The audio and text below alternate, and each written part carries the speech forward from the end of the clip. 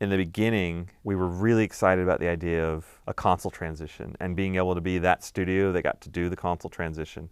And then it was like, oh, and we should, really do a whole new engine, not just for next gen, but for current gen as well.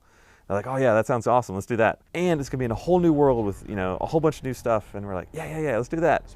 And then we started getting into the listing out the work and start doing the work. And it's like, what the hell did we sign up for?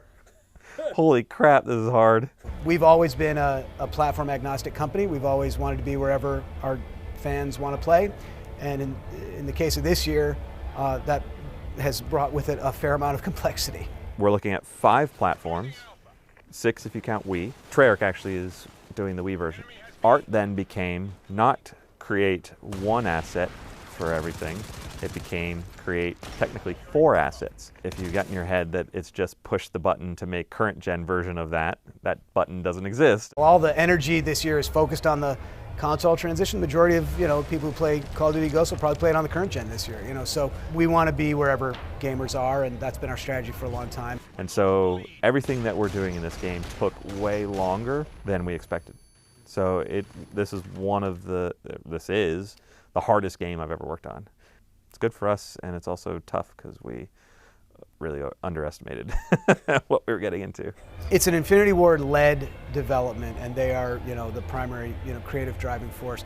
That said, Raven is also heavily involved, and Neversoft is heavily involved. We didn't want to just have these studios be like outsource houses. We didn't want to say, here's the work you need to do, here's when you need to deliver it, get it back to us when you're done. Because then you're just like, okay, making a car, just make a car, be nice, whatever, it's a car. Here you go, here's your car. Right. Raven and Neversoft basically are empowered to be a part of the whole process. Neversoft, I believe it's the whole studio. Raven, it's the majority of the studio. They have some other projects they're working on, but it's a vast majority of the studio. I know each of these studios have their own brand names and their own ethos, and that's something that we really believe in, the independence of the studio model and the need for creative subcultures to develop. At the same time, they really work as one team. And there's a tremendous amount of crossover, both in terms of the vision and in terms of the creativity. So this is not our first multi-studio development, and it won't be our last, and it works really well for us.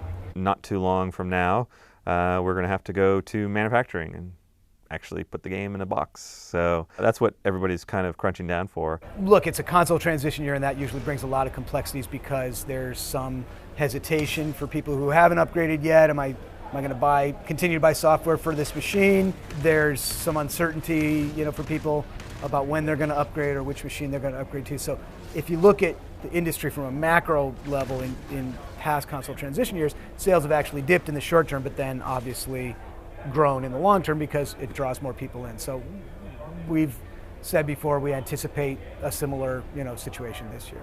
It's a scary thing, and I'll take my Call of Duty hat off for a second here, but games are becoming harder to make and more expensive to make. And I feel like smaller studios are having trouble, or I can't speak for them, but I would think are having trouble making big games that hit the big AAA market because they're harder to do. It is kind of a bummer that games are getting so hard and difficult to make. People want better and better graphics. They want more realistic looking art assets, and that comes at a cost, and that's a hard thing to have to deal with. It's weird to hear you say that because you guys are number one in the industry. You should be the least worried about that. You even feel it like this is spiraling out of control. I don't know about spiraling out of control. Okay. Those are your words. I mean, we have it under control. Absolutely. No. Spiraling in control. It's spiraling in control. But I mean, it is a concern of, let me rephrase, make sure this is clear, is it makes it more difficult for us. So I know it's more difficult for other people as well. The big companies can manage that. We can cover our costs if the costs go up. Other studios may not be able to. So I feel like they're trying to chase Call of Duty. I hope not. The business side, definitely companies, big publishers want to enjoy that kind of Call of Duty success. From a purely artistic standpoint, that bothers me a little bit because I want games to just do what they want to do.